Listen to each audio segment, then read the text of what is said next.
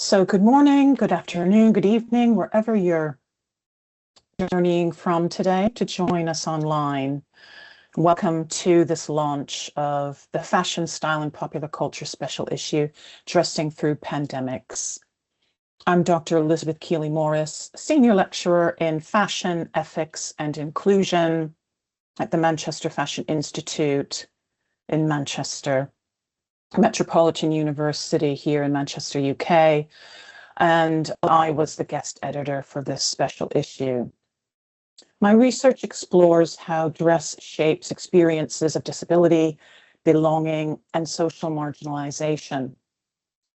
Drawing on material culture, cultural memory, and autoethnography, I examine the everyday practices of dressing to understand how fashion systems through design, production, and retail can either enable or restrict people's access to clothing choice, and identity. So just a few notes for information. All presentations will be recorded, and as I said, but not the discussion. While I encourage guests to keep their cameras on to facilitate a more engaging event, I do understand the desire for privacy. If you find yourself moving around a lot, it might be less disruptive if you do turn your cameras off at that point, but I do welcome seeing all of your faces here joining the event. Please keep your microphones on mute at all times, except when asking questions. And the chat is turned off during the event to enable focus. However, a Q&A chat will be open during the discussion sessions. Dressing Through Pandemics explores how clothing became a key site through which people navigated protection, identity, and care during COVID-19 and its aftermath. This week, 6 years ago, on the 11th of March, 2020, the coronavirus was declared a global pandemic by the World Health Organization. With that declaration, one small worn object quietly transformed how we appear to one another in public: the face mask. Today's conversation begins with that object and what it reveals about the cultural meanings of dress during the COVID-19 pandemic. Dress has always functioned as an interface between the body and the external world. It protects the body from environmental threats while simultaneously signaling identity, belonging, and social meaning. Joanne Entwistle describes dress as a situated bodily practice through which identities are negotiated. During the COVID-19 pandemic, this duality became particularly visible. Items that had previously belonged to specialist medical or industrial contexts, most notably personal protective equipment or PPE, entered the public sphere and rapidly became a part of everyday dress practices. The face mask in particular became an object of extraordinary cultural significance. It functioned simultaneously as protection, a sign of public responsibility, and in many contexts, a symbol of political compliance or resistance. In this moment, clothing became a visible mediator between the body and society, revealing how deeply dress is entangled with questions of identity and ethics.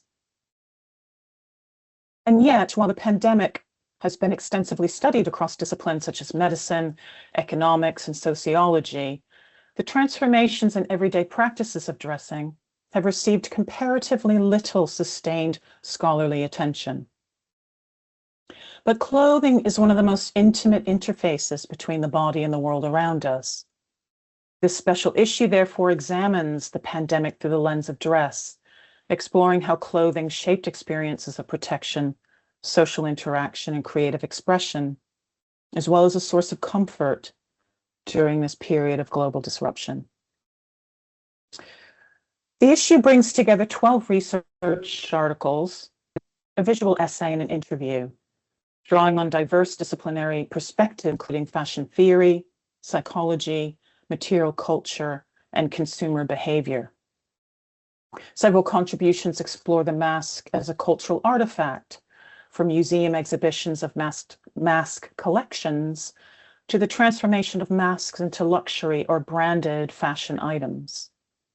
Other articles investigate the psychological dimensions of pandemic dressing, including self-gifting, emotional coping, and the role clothing played in supporting mental well-being during lockdown.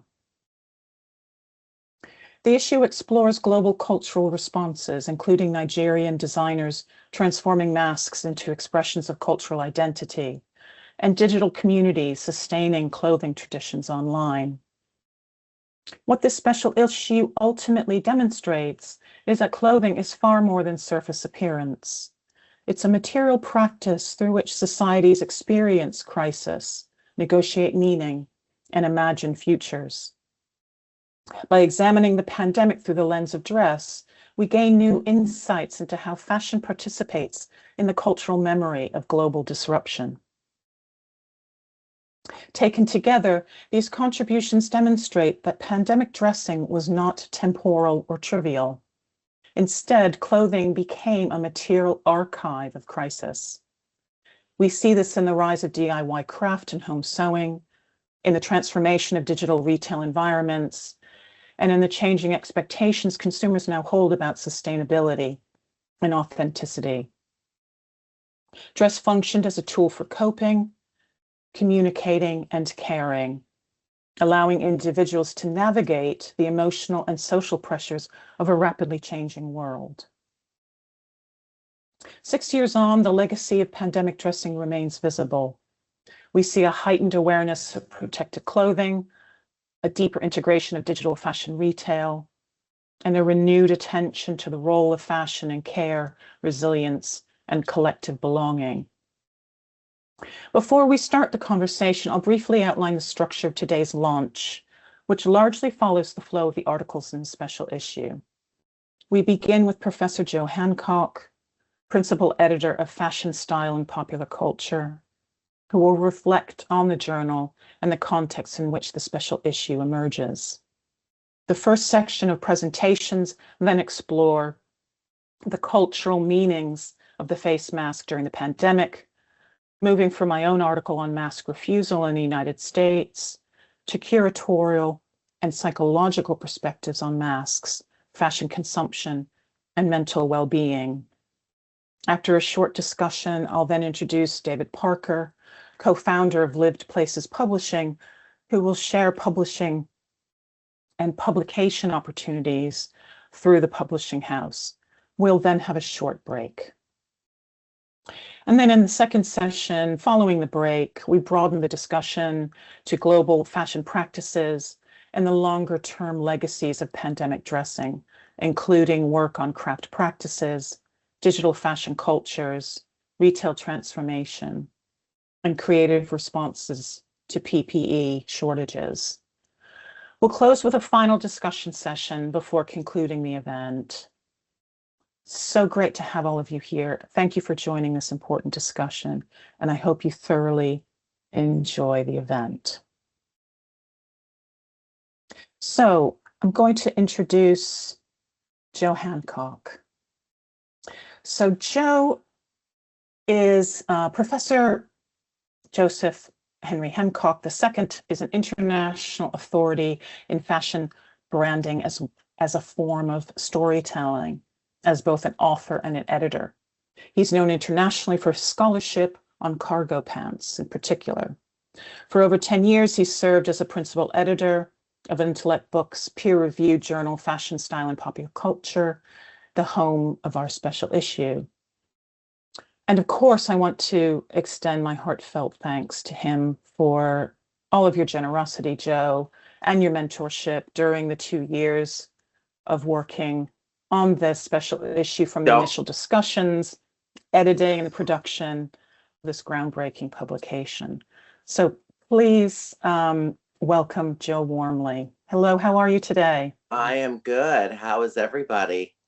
Thank you, Elizabeth. I'm thrilled to be here. I have to thank Elizabeth because I always say my special issue people saved my life. And she was one of them who picked up the reins and decided that she wanted to do this issue. And I said, it's fabulous. And it will be a great and well-received issue. And it was. So, and she worked, and I'm not as formal as Elizabeth, I'm sorry, but she worked her butt off on this issue and she took the reins and she went for it. And that's kind of how I run fashion, style, and popular culture with my special issue people. It is their baby. They take it and they go. And I am just there to assist. I look at my job as editor as just here to serve and to be a facilitator of articles. And I always say this, and people look at me in shock. I do not necessarily agree with every article that is put in the journal. And that's what a journal is all about. A journal is a double-blind, peer-reviewed thing that reviewers decide what goes in the journal. The editor is just there to traffic, and that's what I do. And I really believe that to be a good journal, you have to think like that. You have to really be open to ideas. I really want to thank all of you who participated in the journal that published articles, because I know it's not easy to do. It's a lot of work. I especially want to thank my intellect family. I do not do this alone. I have a huge editorial board. I have associate editors, which include Elizabeth. And I have a wonderful staff that helps me a lot, which is James Campbell, who is my international marketing manager, Bethan Ball, who's my production manager, and Judith Schofield, who does all of my marketing from the ground level. I did want to say that we do have special issues that are coming up, if anybody's interested. We have a special issue coming out on Muslim fashion that is just launching. That'll come out in about 3 years. We have another special issue on dolls. That's, believe it or not, we ran a call for papers on dolls and got over 45 submissions. Dolls are really popular right now. So all kinds of dolls, from sex dolls to Barbie. So we got a lot of submissions on dolls. And then we have another issue that actually bounces off of Elizabeth's issue, which is done and it's in production, which is fashion, retailing, and technology. This is our 3rd time doing this issue, and it's really proving that technology is infusing with retail. But I really didn't want to talk that much about anything. I just wanted to thank all of you for being here. This whole concept of discussion of this issue came about because of Elizabeth. I didn't do anything. I just listened and said, hey, I'm open to the idea. The other thing that I'm doing a prelude, is I also am very open to personal narratives and personal stories of individuals in their relationship to fashion. And I actually am working with somebody who's going to be talking a little bit later, and I hate to prelude to his bubble, but I'm working with David Parker at Live Places Publishing, and we do a special series, if you can see. This is a special book on adaptive fashion. We do a special series on fashion and personal style studies that tells the stories of individuals and their relationship to fashion. And I'm doing this because Elizabeth didn't. She has a book coming out in this series that's going to be fantastic. So make sure you buy her book when it comes out. And I will be blasting it to the world that she has a book coming out. But Live Places Publishing loves to tell personal narratives and personal stories. My area is fashion. There's a lot of areas that you can, from design to race to ethnicity to everything. And David will talk about that later. But I just want to thank all of you. And if you ever have an idea for a special issue of a journal and you'd like to submit it to me, I'm very open to that. If you want to be involved with the journal, I'm very open to that. I'm proud to say we are quartile 1 in cultural studies, and we hope to be quartile 1 in other areas. If you go to our listing on, I always say Shimago, Shimago has us in business management and accounting, which we're leaving, and it also has us in social psychology, which we're leaving as well. We're leaning more towards arts and humanities, and we're going to that route. So that's all I had. And Elizabeth, don't make me cry, because when you start talking, I get upset, because I really appreciate you. So thanks so much for all your hard work. And I want to pass it back to you. Thank you very much. Thank you. And it's just been such a joy to work with you and your team and all of these fabulous authors doing this together. Obviously, guest editor is certainly not alone. So much thanks to all of these. And I wanted to showcase all of you and your research. It's very important to me to do this launch and to celebrate this important issue, but also the important, I think, curation of articles from curatorial practices to home crafting that highlights what was going on during the pandemic. And I think it is an emotional time. 6 years ago was very frightening. And in some ways it's hard to believe it was just 6 years ago. So yeah, let's launch into this now. I can't wait to hear your presentations. Just letting everyone know, it's very tight for time. I want to be sure we have some conversation as well. So I'll let you know when you have sort of 30 seconds left to just wind up your talk. If you go over a bit, it's not a problem. We'll make up the time. Okay, thank you very much for being here. And thanks to all the authors. And I'll go ahead and discuss my article on the meaning of the mask. Just share my screen. So again, good morning, good afternoon, good evening. So great to be here. So this article begins with a paradox. In the United States, a country with vast medical infrastructure and scientific expertise and knowledge, more than 1,200,000 people died of COVID-19. We know from epidemiological studies that masks significantly reduce transmission when widely adopted and worn.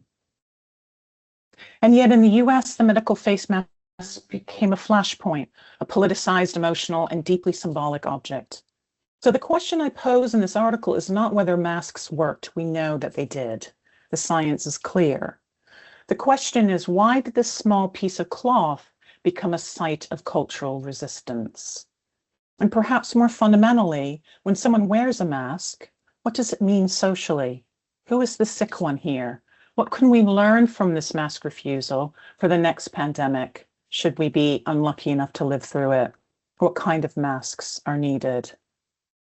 So to answer that question, I draw on embodied dress theory. Joanne Entwistle argues that dress and getting dressed is socially situated, temporally and spatially specific embodied practice through which identities are negotiated within structures of power and expectation. And this covers three key propositions from Entwistle. Situatedness refers to how dress is always worn in a specific social situation, the workplace, a funeral, a protest, the hospital, a pandemic. Embodiment suggests that clothing is lived through the body. It mediates the relationship between self and society, private and public. Regulation and constraint relates to how dress is shaped by norms, institutions, and power structures, not pure free choice. Fred Davis reminds us that dress mediates what he calls ambivalent social identity, the tension between who we are and who we wish to be seen as. Irving Goffman's writing demonstrates that presentation of self is a performance, that stigma arises when identities are spoiled. The mask, therefore, is not neutral. Following Levi-Strauss, a mask transforms identity. It does not simply represent it, nor hide it. Placed directly on the face, the most expressive, socially communicative part of the body, the medical mask disrupts communication and identity signaling. It introduces ambiguity. Are you ill? Are you infectious? Are you afraid? Hence, the mask destabilizes the healthy, autonomous self-image central to American cultural ideals. The article argues that this face mask refusal cannot be understood outside of American cultural memory. The myth of the frontier, articulated by Frederick Jackson Turner in the late 19th century, proposed that Western expansion shaped the American national character. producing independence, self-reliance, and suspicion of government authority. From this narrative emerged the ideology of rugged individualism, the belief that personal freedom, self-reliance, and resistance to external authority are defining characteristics of American identity. When mask mandates were introduced, and these were only state by state, they were interpreted by some not as collective care, but as state overreach, a violation of liberty. The US federal system further fragmented responses, reinforcing the idea that public health is a matter of personal choice rather than a shared responsibility. In this ideological landscape, the mask became a visible symbol of constraint. A second layer concerns masculinity ideology. The American Psychological Association defines dominant masculinity norms as anti-femininity, toughness, risk-taking, and the rejection of weakness. Empirical studies during COVID found men were more likely to associate mask wearing with shame, stigma, and weakness. Mask refusal became a performance of strength and robustness then. And there are clear parallels with condom resistance during the HIV/AIDS crisis, another prophylactic barrier politicized through masculinity and moral judgment.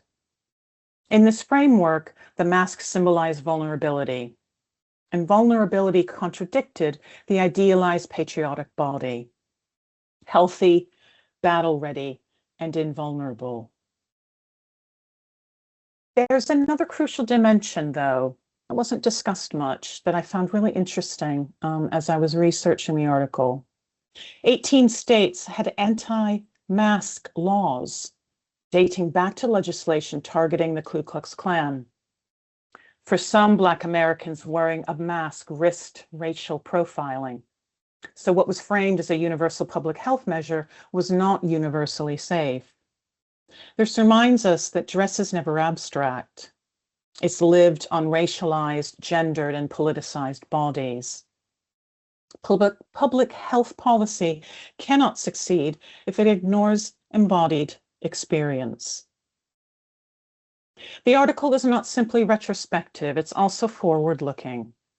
Research shows messaging focused on protecting others increased compliance more than self-protection appeals. Studies also suggest mandatory policies reduce stigma compared to voluntary ones. If everyone is wearing a mask, not everyone can be weak, in other words. Here is where dress scholars matter. We understand affect, aesthetics, and everyday bodily practice. We understand that clothing must feel socially wearable to be worn. Collaborations such as the NHS Fit for Purpose project at Manchester Fashion Institute demonstrate how co-designed, reusable PPE can improve both safety, experience, and sustainability. If masks are to be adopted in future crises, they must not only function, they must also enable belonging. This article ultimately argues that dressing is never trivial, especially in crisis. The COVID-19 mask exposed deep tensions in American identity, individualism versus solidarity, strength versus vulnerability, liberty versus responsibility. Mask refusal was a culturally embedded performance of selfhood. If we want more effective public health futures, we must integrate cultural literacy into policy design. We must recognize that what we ask people to wear is also what we ask them to be. So I leave you with this. If another pandemic emerges tomorrow, what will we design materially and culturally so that protection aligns not with shame or weakness, but with solidarity and strength? Thank you so much. So we're going to move on to the first of two curatorial discussions.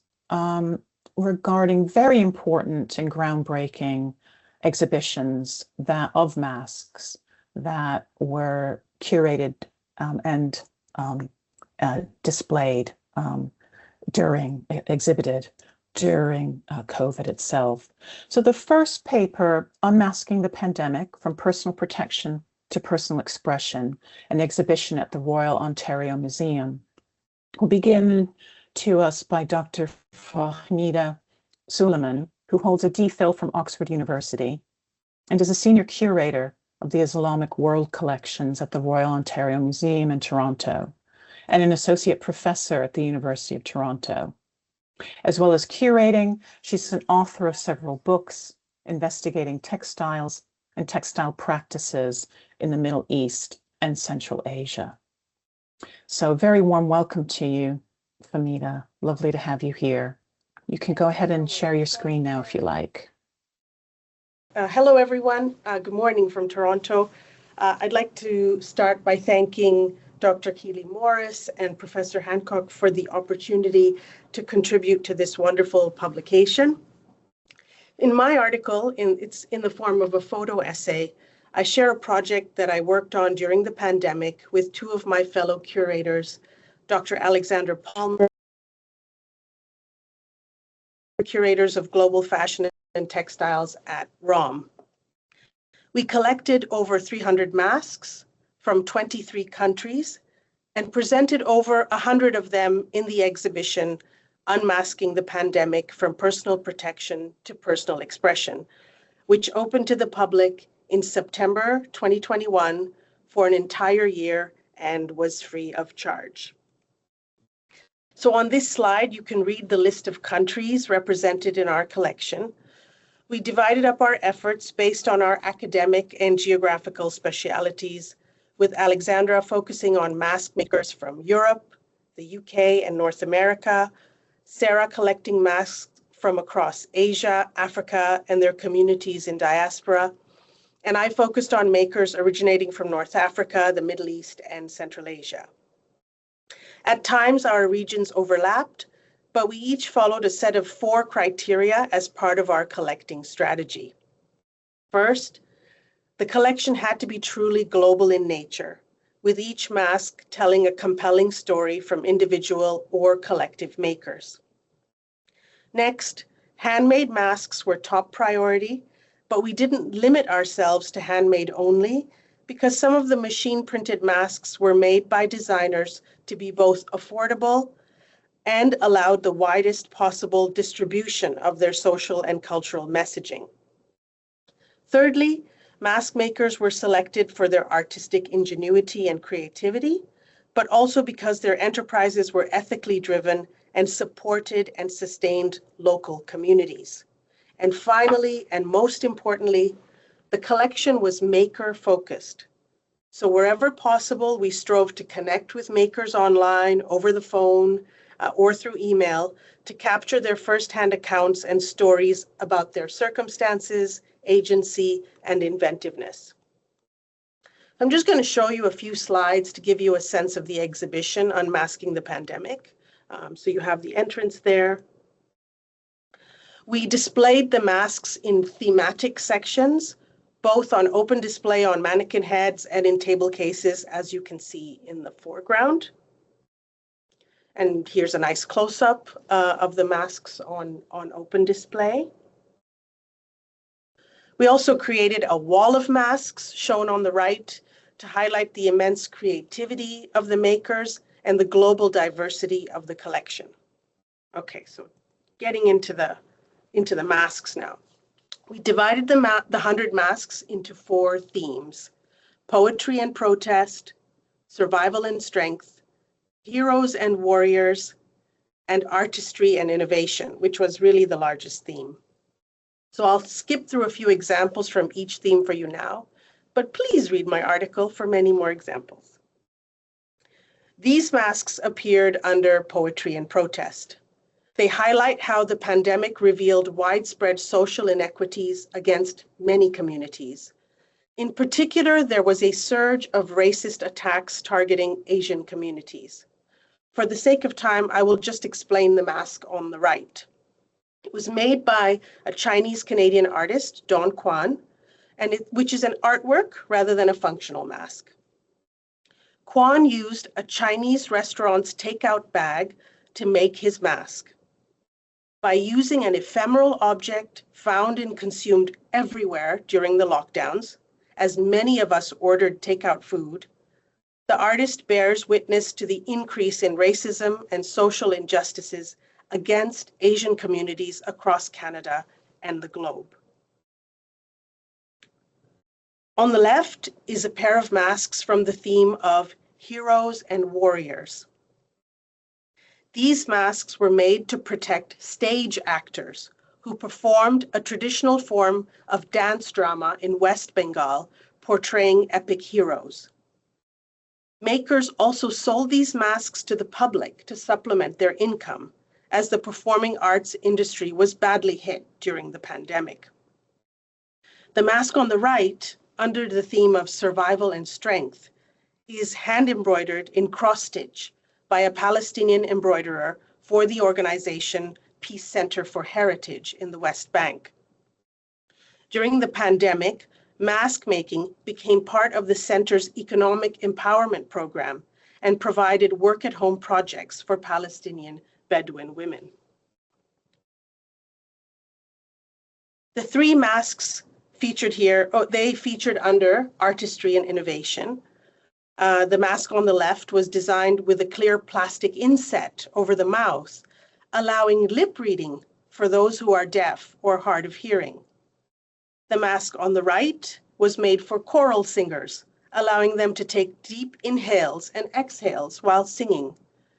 And the one in the middle, the happy hour mask, allowed people to continue masking while socializing with a beverage in hand by drinking from a straw. This mask, designed by Sanjeet Kaur for members of her Punjabi Sikh community, has wide adjustable straps to accommodate long beards and turbans. Interviews and videos with Sanjeet Kaur and other mask makers were also featured as part of the exhibition. So she actually came in and she dressed the mannequin head for us. Okay, I will close my brief introduction with images of these three beautiful art masks. On the left, representing the cultures and communities of Canada's Northwest Territories and made from sealskin, fox, wolverine, and polar bear, is the mask by Inuvik artist Tal Rumik. In the center, an homage to textile weaving, craft traditions, and the women of her homeland in Iran, is a mask made by Bita Gezelayag. And finally, on the right, a beautiful velvet mask with intricate Métis beadwork that tells stories about ancestors, human resilience, and faith, is a mask by Indigenous artist Natalie Burton. So if you want to know more about the significance of these incredible works of art, please read my essay in the volume, and thank you so much. Thank you so much for me. Beautiful, beautiful masks. So we're going to move swiftly on to introducing Andrew Groves and Danielle Sprechter. Andrew is a professor of fashion design at the University of Westminster and the director of the Westminster Menswear Archive, which he founded in 2016. Alongside curating notable exhibitions, he's an author, editor, and principal investigator of the AHRC-funded Locating Menswear Network. Danielle Sprecher is the curator of the Westminster Menswear Archive at the University of Westminster in London. She's a historian whose research focuses on the history of British menswear and men's fashion, exploring the industry from design to production and final consumption. As well as curation, she's an author and editor. And they'll be speaking about their article, From Necessity to Luxury, Menswear and the Evolution of Face Coverings During COVID-19. Thank you so much, Andrew. Is Danielle with you today? Unfortunately, she can't be with me today. Oh, never mind. Well, we're very lucky to have you. Thank you, Andrew. You go ahead. Thanks. So as you've already said, in March 2020, face coverings entered everyday life in the UK and worldwide as mandatory personal protective equipment. Within a matter of months, however, they had also been absorbed into the fashion system and repositioned as a new category of menswear accessory. So the research I'm presenting today draws on an exhibition myself and Dr. Daniel Sprecher and I curated at the Westminster Menswear Archive titled Undercover from Necessity to Luxury, the Evolution of the Face Covering During COVID-19. And the exhibition documented the rapid transformation of the face mask during the first year of the pandemic. So we started collecting in March, and our exhibition was staged in March 2021, so 1 year on from when masks became mandatory. And over that period, we collected over 100 face coverings, and from these, 52 were selected for the exhibition, and each represented a week of the pandemic's first year. The project allowed us to document how an item that had previously been marginal within Western dress became almost overnight a mandatory garment and then a fashion object. What the exhibition ultimately revealed was not simply the emergence of a new accessory, but the remarkable speed with which the fashion system can absorb crisis and translate it into a. One of the first things our research demonstrated is the face covering did not originate with the pandemic. Examples had already appeared in menswear collections in the decade leading up to 2020. Nasir Mazar introduced face coverings in his autumn-winter 2014 show. Off-White released cotton face mask in 2017, while a Cold War, a British designer, produced a dust-resistant mask as part of the capsule collection in 2018.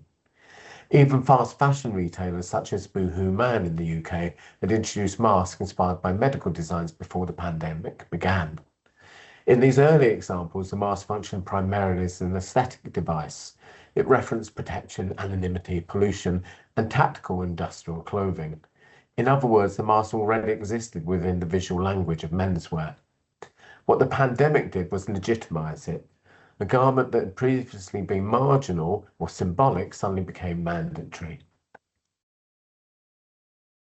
The central section of our exhibition followed the first year of the pandemic week by week. Each mask was displayed alongside key government announcements relating to lockdowns and public health guidance. At the beginning of this period, masks were largely improvised and inexpensive. Independent brands such as the Manchester label Wawa began selling simple cotton masks through social media within days of the first UK lockdown. Very quickly, however, the mask became a site of graphic expression, political messaging and brand identity. We saw examples referencing protest movements, cultural references and streetwear aesthetics. By the second half of 2020, major luxury brands had entered the market. By the second half of 2020, major luxury brands had entered the market. Balenciaga released a mask retailing at £95, and Burberry produced a limited edition vintage check mask, shown here, that sold out immediately, and Louis Vuitton launched a monogram mask and bandana set priced at £350. What makes this transformation particularly interesting is the tension between protection and fashion. Although these masks visually reference medical protection, most luxury brands were careful to state that they were not actually medical devices or certified personal protective equipment. Packaging often included detailed disclaimers explaining that the product should not be relied on for medical protection. At the same time, the presentation of these masks frequently adopted the visual language of healthcare and pharmaceuticals. A striking example was Burberry's face covering, which was accompanied by a 118-page instruction booklet detailing its care and usage. These objects therefore occupied an unusual position. They performed protection symbolically or simultaneously distancing themselves from the regulatory responsibilities associated with actual protective equipment. Another important aspect of the exhibition concerned the digital environments through which these masks circulated. So for the final section of the exhibition, we address what happens after fashion's moment of value passes. Instead of displaying only pristine fashion objects, we documented the afterlife of masks. Over the course of several months, we photographed 365 discarded face coverings found on the streets of Manchester. Each image represented a single day of the year and was later minted as a digital NFT. This gesture deliberately questioned the hierarchy value within fashion archives. While luxury masks are carefully preserved, the vast majority of masks quickly became waste. By juxtaposing luxury designer masks with images of discarded medical masks, the exhibition highlighted how fashion rapidly excites and withdraws value from objects, depending on context and cultural meaning. Ultimately, the exhibition demonstrated how quickly the fashion system can assimilate crisis. Within a single year, the face covering moved through several stages. It began as an emergency protection, became a site of graphic expression and branding, and eventually appeared as a luxury accessory integrated in fashion systems of value, authentication, and resale.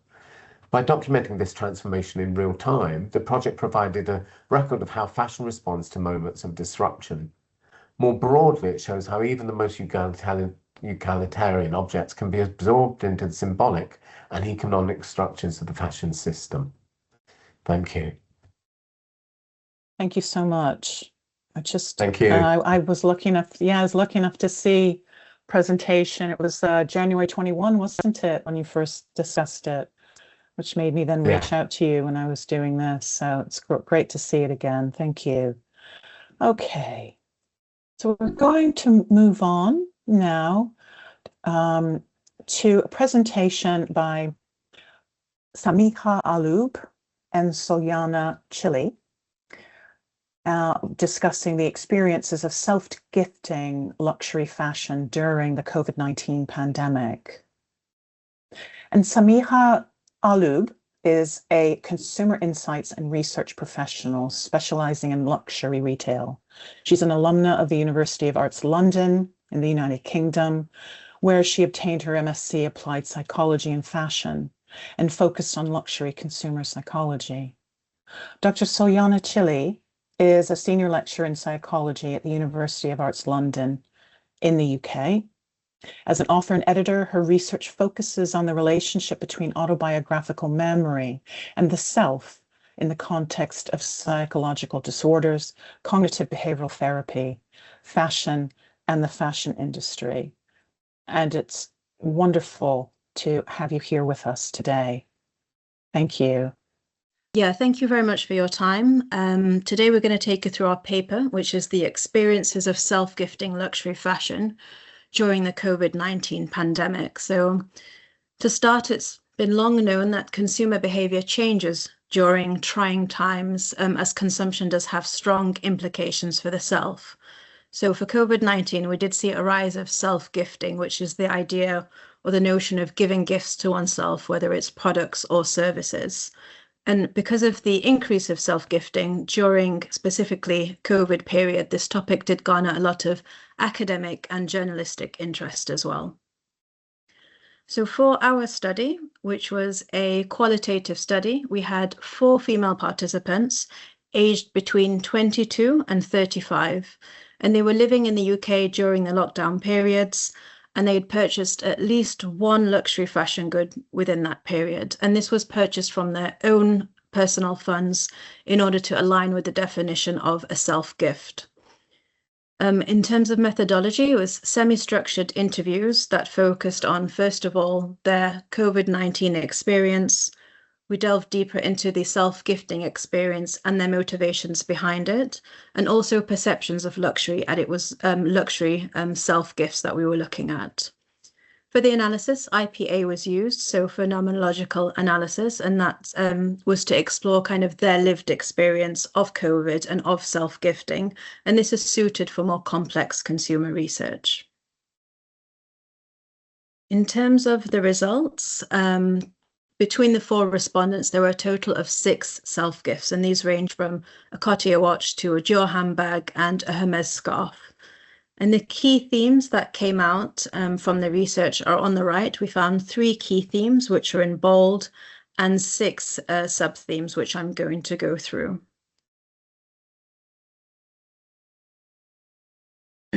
So for the first theme, it was consumption as a coping mechanism during lockdown. as we spoke to the participants, it became obvious that they were using self-gifting as a way to alleviate any negative emotions they had during the pandemic and the lockdown. This could have been stress, it could have been irritation, and it could have been dejection. So this is a quote from on the right from a participant, and it shows that she was shopping for jewelry in an attempt to make herself feel happier. She said she was stressed out. It was an escape for her, and she was thinking, what can I do to make myself happy? And she thought about buying jewelry for herself. So what this did, it really highlight the notion of using self-gifts as a potential coping mechanism, but also it linked back to the therapeutic motivational context for self-gifting in the first place that was very prevalent in the literature that we saw. The next key theme was around hedonic dimensions of luxury self-gifts, and this was very apparent in all of the participant accounts. So participants definitely recognized that the self-gifts that they acquired for themselves were not necessities. So the participant who got the Cartier watch, she shared the quote on the right. She said, "I wasn't looking out for a watch. I didn't need one. I was at home all day." And what this did is really supported the idea that self-gifts are typically not an immediate need, and they're not just mundane personal acquisitions. There is a lot of thought that goes through buying the gifts beforehand. And this was also interesting. It came out in the approach of treating themselves. So the same participant said on the quote on the bottom right, it was the first time I was buying something like that for myself in a while. Why would I not treat myself? And this we found was consistent with the theme of deservingness, which is associated with self-gifting. And this makes self-gifting or the self-gift justified in general, because what we saw was from the literature is that self-gift is typically seen as an exchange for either personal efforts or sacrifices made. So for this participant, it was a sacrifice of not having bought something for herself in a long time, which then made it feel justified for her. And it's where the deservingness theme came in. Next, with hedonic dimensions, we found that it was a really unique environment for luxury consumption, the pandemic, because we found that a lot of the motives associated with buying luxury were self-oriented motives rather than social-oriented motives, which is very prevalent in consumer literature regarding luxury consumption. So this quote on the right, the participant said of her self-gift, "I bought it for me because I liked it. It's not that I think everyone's wearing it, so I should be wearing it." So the lockdowns created this unique environment where there was a lack of social interaction, and so people were not really did not really have the opportunity to use luxury items to signal. And this substantiated the self-directed motives for luxury consumption that existed. So on to the third and final theme, as well as the hedonic dimensions that we mentioned earlier, participant accounts also reflected meaningful consumption experiences. So first off, the self-gifts were used to enhance self-concept. So this is a quote from the jewelry self-gifter on the left. She said, "The jewelry made her feel more luxurious and less cheap." So it really played a role in transforming her from her actual self in sweatpants to her ideal self. So this positive self-regard is important for eudaimonic well-being. Lastly, we see that there's an idea of self-continuity in the past, the present, and the future self. So the pandemic and lockdown really did destabilize the self through disrupting daily routines. There was a lack of personal interaction, and it deterred plans and aspirations. Research found that during the pandemic, as these futures were unknown, positive thinking really did allow individuals to imagine an idyllic future that promoted their positive psychological well-being. Also from this quote on the top right, we see that the respondent said, I bought these items to pass them down to my relatives and to pass them so they go down in generations. We found that consumption was really a way to cope with mortality salience during COVID-19, and a study found that during this time, elevated levels of fear and depression were associated with consumer behavior for non-necessities. To conclude, we believe that this study is important because it supports and also expands the existing literature on the outcomes of self-gifting, but also on what drives self-gifting in the first place. It helps us understand consumer behavior during trying times in greater depth. It is also important because it shows that we can understand consumption through a eudaimonic lens as something that can help people cope even with threats to their mortality. And at the same time, it also shows that luxury consumption, unlike what has been previously thought so far, is not only something that helps to signal, for example, status to others, but it can also be something that individuals engage in for themselves. Of course, our findings need to be considered in light of several limitations. For example, our participants might have downplayed the relevance of luxury products in their life, possibly because materialism is not necessarily seen as a positive characteristic. And at the same time, this was a qualitative study, so we weren't expected to generalize, to generalize our findings to the wider population. The findings have important implications, according to us, when it comes to individuals, but also when it comes to marketers, brands, and retailers who should perhaps steer away from the promise of happiness when we buy their products and focus more on more responsible marketing strategies. And obviously, we do need more research. We need especially quantitative and longitudinal research so that we understand self-gifting and its long-term outcomes in greater depth. Thank you. Fascinating. Thank you both so much. Such an interesting collection of statements there, experiences brought together through luxury. Really, really helpful. Thank you very much. Look forward to the discussion about that.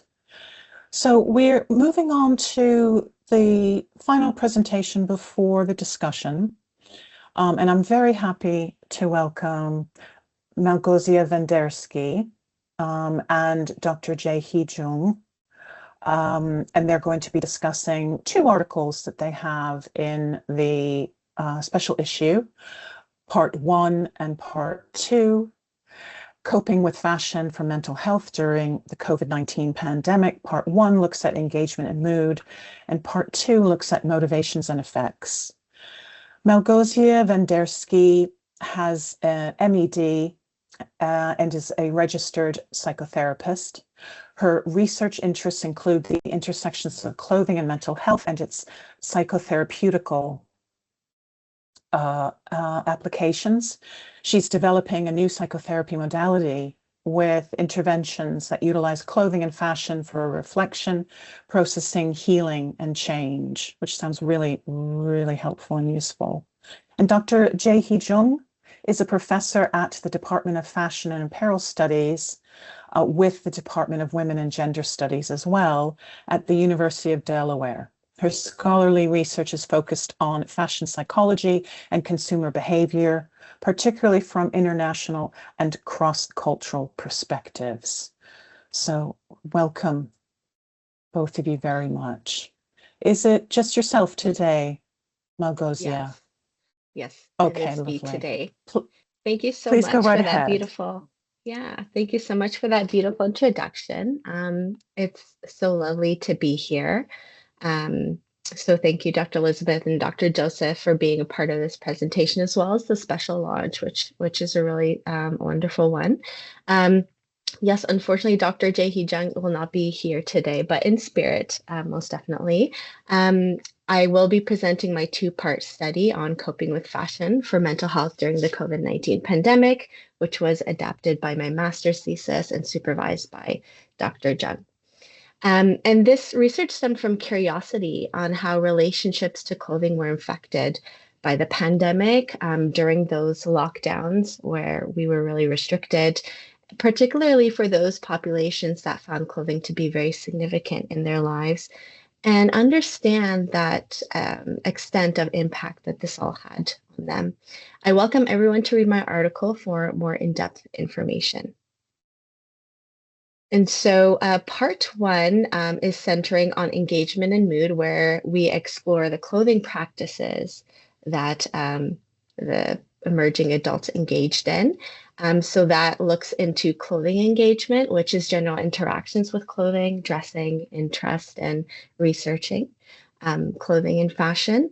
It also dives into fashion involvement, which is the significance and centrality of clothing in one's life, as well as mood enhancement practices. So using clothing and fashion to enhance mood.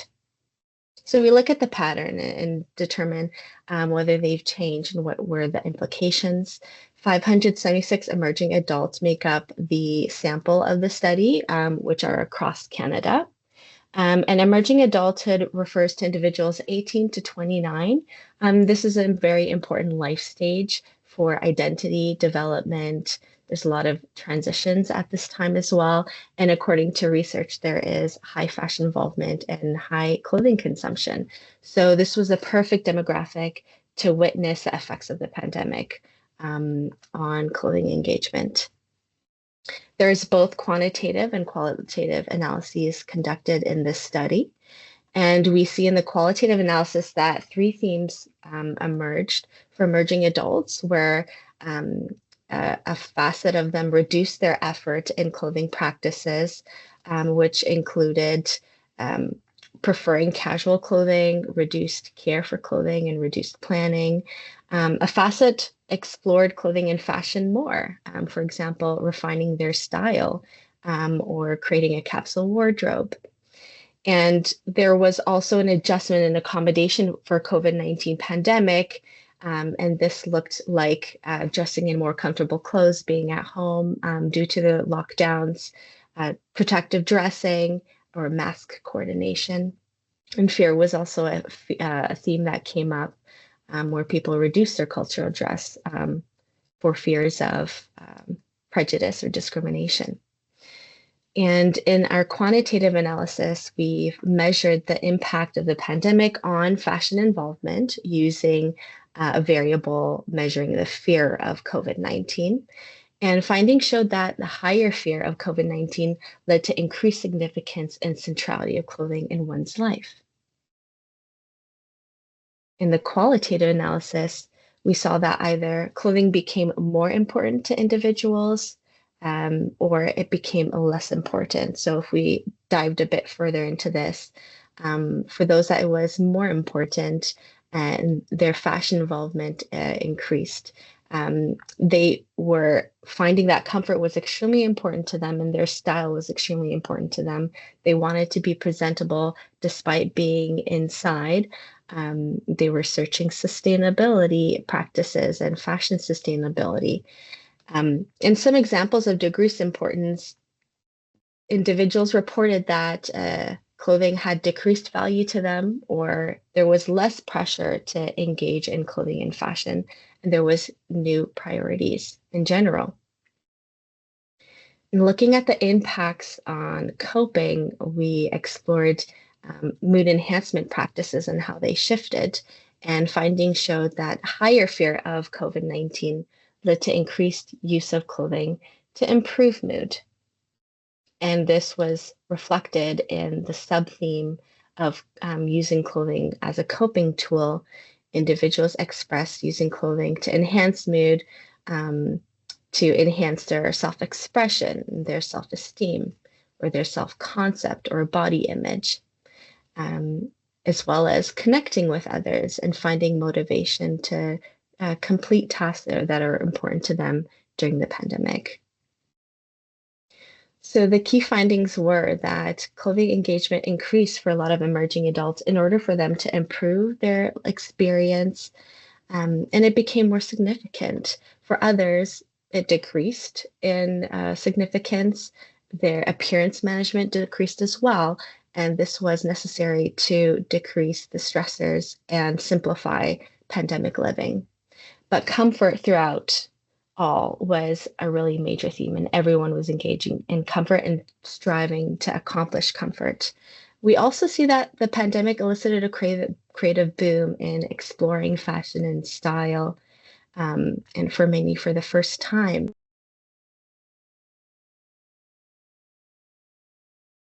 To cope and buffer the impacts of fear of COVID-19, as well as the stressors from the pandemic.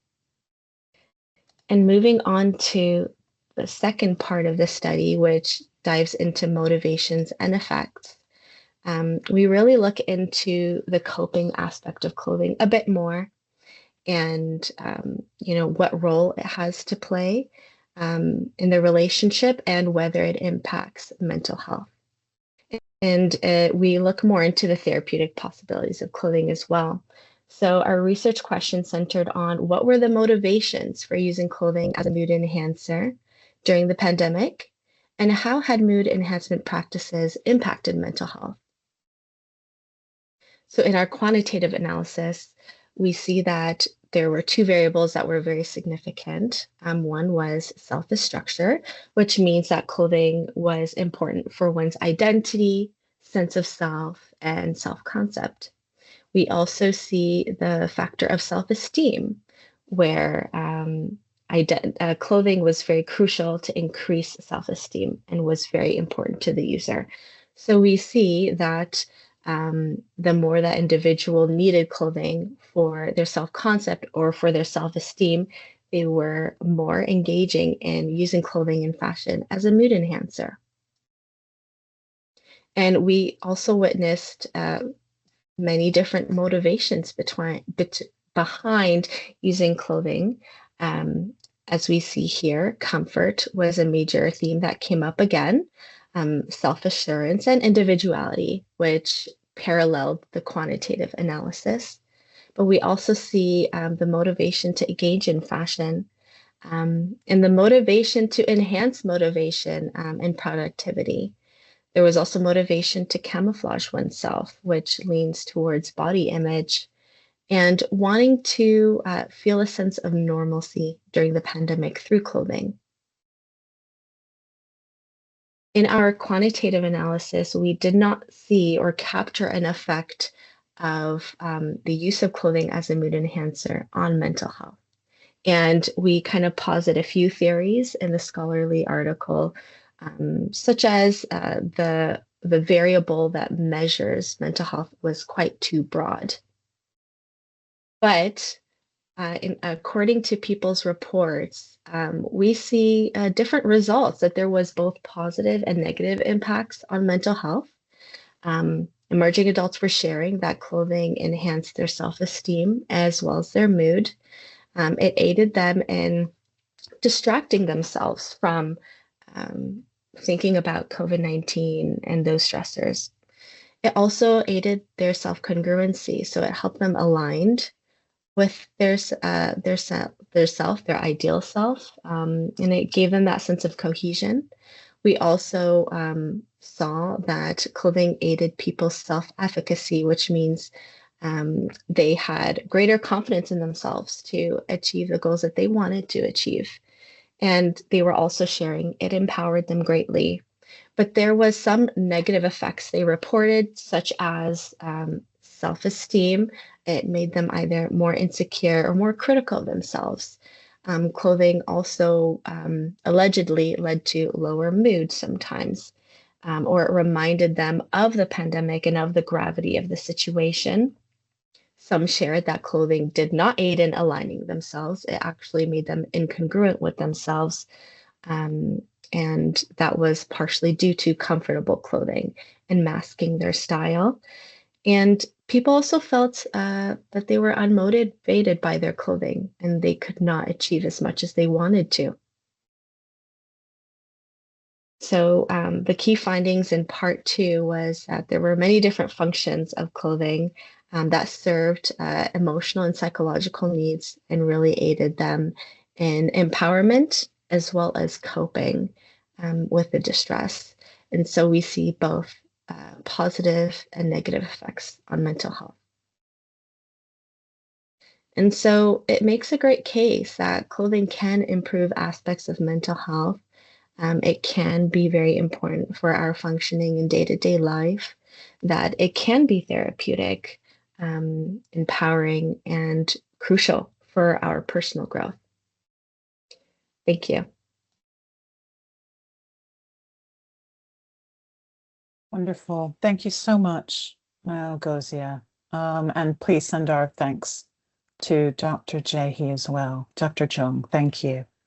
So we're going to move now to discussion. we have, I'm going to say 10 to 15 minutes for discussion. Let me open the Q&A now, which I think will allow everyone to turn on their microphones. And you can post in the Q&A any questions you might have, or please do turn your microphones on and ask questions, directing them to one of the speakers. So I open the floor now. Please feel free to ask questions, make comments. And raise your hand as well, which is at the top of the screen, if you'd like to do it that way.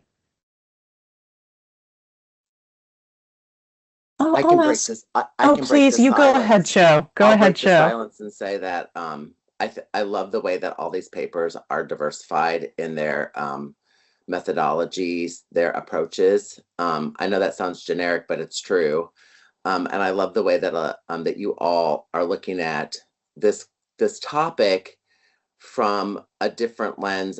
Each of you are looking at it from a different lens of, like, one's doing visual, one's doing retail, one's doing psychological, sociological understandings of how it makes you feel, right? How this whole thing makes you feel. I love the ideology of purchasing items during the pandemic that were luxury items. I love that as well, because Elizabeth does, I don't know if she knows this, but I started my own eBay store during the pandemic, and I sold luxury fashion.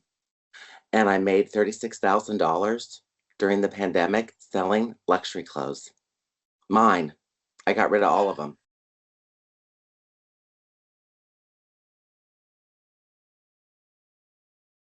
So really pleased to introduce Dr. Elizabeth Kramer, who will be speaking now about her really fascinating article, Band-Aid for a Guilty Conscience: Face Coverings, Fashionability and Responsibility During the COVID-19 Pandemic. Dr. Elizabeth Kramer is a senior lecturer in design history and specializes in fashion and textile history. She investigates, she's at, I don't know why this isn't in but you're at Northumbria, aren't you? Yeah.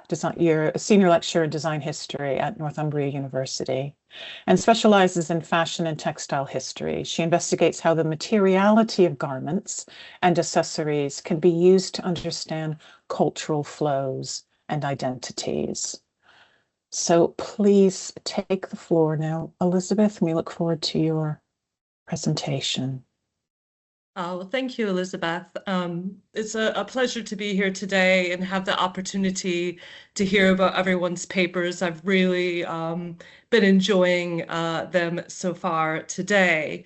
As I'm sure you can tell by my voice, I'm an American, but I live and work in England. And during the pandemic, I was confined to my home in England. So as I provide an overview of my paper, please know that this comes from my experience in the UK, but with a heavily vested interest in the States, as that's where my family, including my 70-something-year-old parents, were.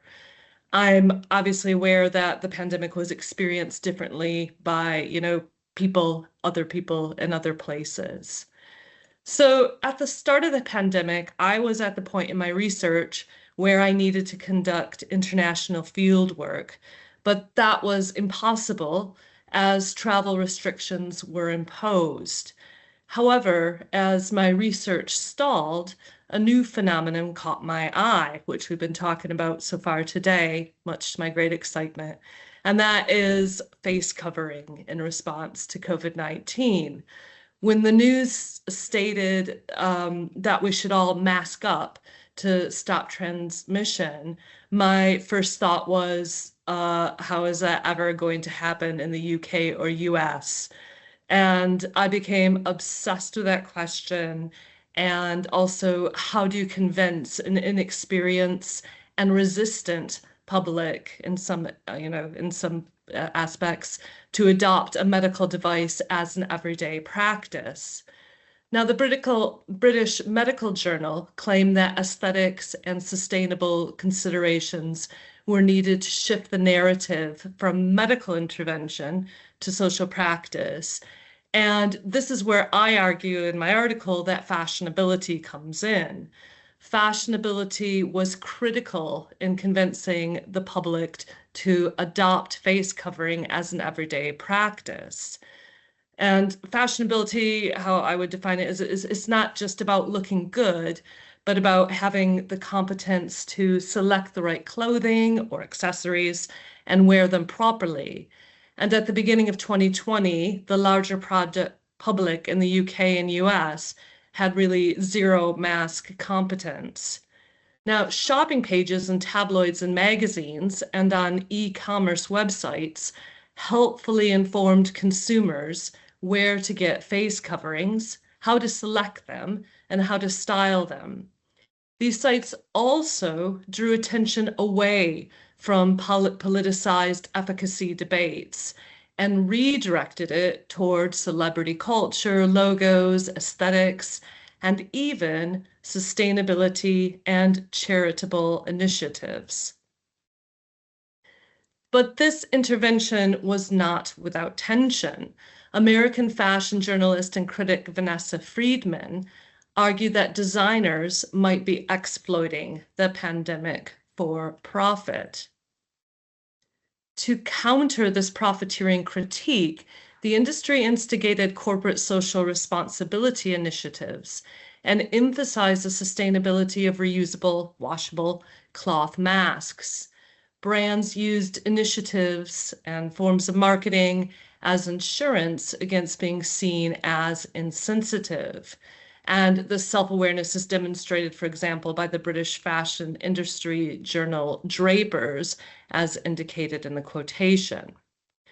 If you look at e-commerce sites from the pandemic, almost every mask or many masks were tied to a charitable or a sustainable claim or both. So in addition to the CSR initiative highlighted in the pictured example, the product description for these masks also emphasized sustainability, stating that they were made from offcuts and were washable and thus reusable. And it is the screen that I use as a framing device in my article to examine what was communicated or not communicated with fashion consumers during lockdowns. The screen has obviously become so pervasive across fashion promotion, retail, and consumption, and during lockdown became the primary way that many experienced the world. Screens not only depicted what we could buy, but importantly, they served as conduits to imagine the way in which wearers might experience and style this new accessory. Screens also facilitated imagining how one's mask purchases could contribute to socially positive action or towards creating a more sustainable world. This corresponded with a literal need to care at a distance due to pandemic lockdowns, to do something in the quote, war against coronavirus. However, in my article, I also called upon another definition of the screen, to conceal or hide, to reveal how these strategies lacked circularity and global focus. So while product descriptions highlighted certain features of cloth masks like organic material or reusability, an overview of the accessory's entire life cycle was excluded, while screens detailed how purchases might contribute to national charities. They excluded consideration of the desperate plight of garment workers, many of whom were producing cloth masks for the fashion industry under perilous conditions during the pandemic. Finally, in tracking shopping pages and e-commerce websites for a couple of years, I noticed that once the market for masks reached saturation, charitable initiatives seemed to be dropped. This seemed particularly disappointing to me, as there was a lot of talk that the global pandemic crisis might offer us all a reset. So just as shopping pages served as efficient communication channels, as information could be customized and updated with ease, quickly and cheaply in real time to reflect changes in response to the pandemic, so too could some of the good done during the pandemic be instantly erased. Thanks. Yeah, I just encourage everyone to read. Really, really fascinating paper that she wrote. So we're now going to move on to Morlake Dairo and Sharon Nuno, who I'm very pleased and lucky to say are my colleagues at Manchester Fashion Institute. Dr. Morlake Dairo is a lecturer in fashion business and marketing at Manchester Fashion Institute at Manchester Metropolitan University. Her research investigates African fashion cultures and its interaction with other elements such as identity, history, place branding, and popular culture. Dr. Sharon Nuno is a lecturer in fashion marketing, again at Manchester Fashion Institute, here at Manchester Metropolitan University. Her research focuses on areas of corporate heritage identity, culture, sustainability, and place branding, focusing on identity management, identity creation process, social sustainability, and secondhand fashion trade in Ghana. And they'll be speaking about their paper, their article, Cultural Dress Codes in a Pandemic, Investigating the Aso-Ebi Clothing Culture on Instagram. And I pass the baton over to you. Thank you so much for coming today to talk about your fascinating article. Okay, fantastic. Good afternoon or evening, depending on where you are today. I will be doing the presentation today. Sharon will be online, but she's kind of busy somewhere else. So I will be presenting on behalf of both of us. This study was birthed really, we were thinking of doing this more from like an interview basis. We're interested in seeing how people celebrated during the COVID-19 pandemic in Nigeria and Ghana. Because I'm from Nigeria and Sharon is from Ghana.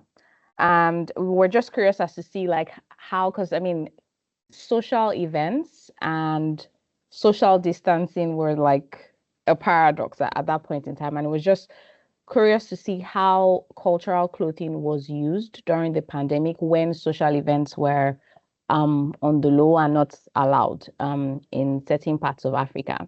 However, when we started, trying to do this study like 2-3 years after the pandemic, a lot of people had forgotten how they got married online, how they had small ceremonies, naming ceremonies, etc. So we decided to look at this more from like a digital perspective. So in case you're wondering what Aso-Ebi means, there's a picture on my screen where there's a Nigerian couple. They're dressed in similar outfits and their friends are standing beside them. The males have the same outfits and the women are dressed in like an evolving cultural dress now that used to be, it's moved now from just a cultural outfit to like an hybrid of culture and modern aesthetics. So this is what we call the Aso-Ebi in Nigeria, and it's translated as family cloth. So when people are celebrating things together in parts of Africa, but for Nigeria, because it's a Yoruba word from Nigeria, they would have outfits they pick together and celebrate. So the bride and the groom will decide on the color, or they can decide to pick like different colors for the different categories of people that come for their wedding. So for this particular wedding, the bride and groom have agreed on a particular color for their friends, but then if you attended the main wedding, you probably would have seen that the bride's parents or the groom's parents also like selected an outfit for their own friends as well. So it's just a signifier of like unity. And because during the pandemic, a lot of events, I think for Nigeria was a maximum of 50 in certain places and at certain times of the pandemic. So the question that we were really curious to see was, what happened to this social cultural dress code during the pandemic. Like I said, we thought we would be able to interview people. By the time we started speaking to them, some of them had forgotten. And because some of them did their weddings or events online, they really didn't take pictures. So it was difficult to interview. So we decided to kind of just switch the research method for this.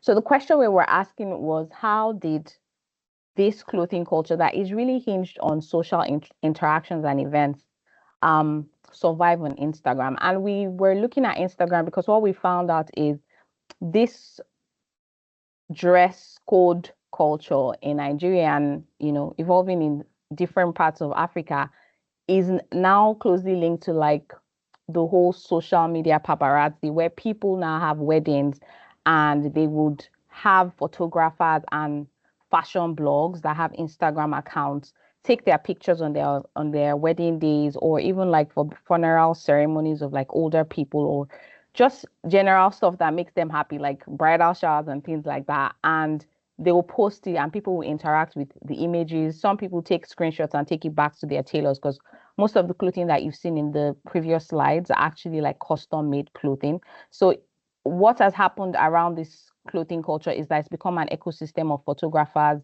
makeup artists, tailors, and then that industry kind of was on the low during the pandemic. So we're just curious as to see what happened since we couldn't interview people, and cultural memory was a thing at that point in time, was lacking.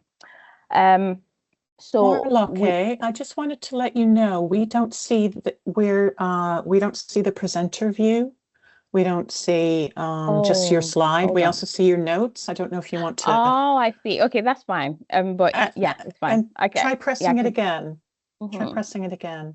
Let me do that. Because we see all the slides. It's not a problem. I just wanted to let you know. I wasn't sure if this is how you wanted to present it.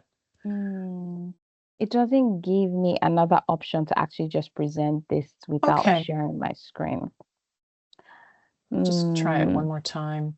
If not, please don't worry, and please just continue. Okay, I just wanted to make sure you knew. Thank you. Let me try sharing again. Yeah, I think I'll just go ahead with this format. That's fine. But you can still see my screen, right? Cool. Yep, we can. We just see all the other slides, but that's not a problem. Fine.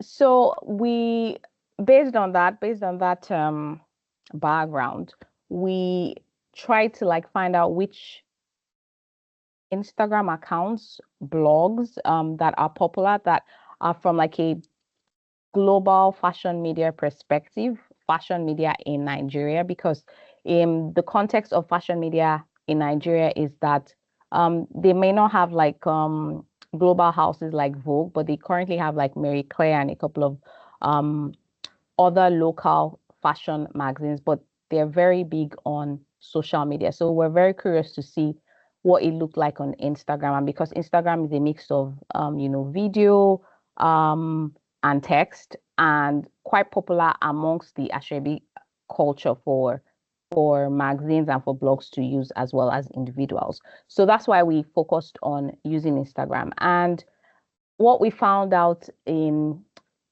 summary was that it seemed like during the pandemic time, this blog that we particularly focused on just for, to have manageable data was Asoebi Bella. And it's linked to a very popular fashion website in Nigeria called Bella Naija. So we selected that because it had the highest followers and it's had engagement over time because it's connected to like an online magazine that people already recognize for fashion in Nigeria. And as you can see on my screen, what you will see is like the category of the posts. And when it came to like COVID-19 related content on that page, from the particular time that we looked at it, from March 18th, 2020 to late July 2020, which was around the pandemic social distancing era in Nigeria, we found out that only 4.6% of the posts showed any form of pandemic atmosphere, if that makes any sense. And so it was just interesting to see how an online platform was interpreting something that was happening physically in reality. They kept posting. They had at least like 5 to 10 posts on a daily basis. But then when we did the categorization of this post, it just felt like they were living in a pandemic-free world. We looked at a total of over 1,000 posts were analyzed. So just for you to get the context of what it was like.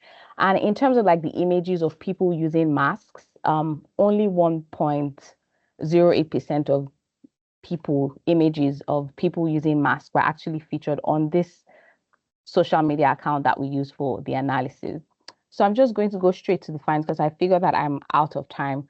But I think in terms of like the results, what we found out was that this platform had turned this into like a digital and visual museology of culture, where I think during the pandemic, there was a lot of focus on like the government, consumers, people, communities, but then it would be interesting to see what social media platforms did with that and how that has been recorded in research, and how social media can be used in uncertain times.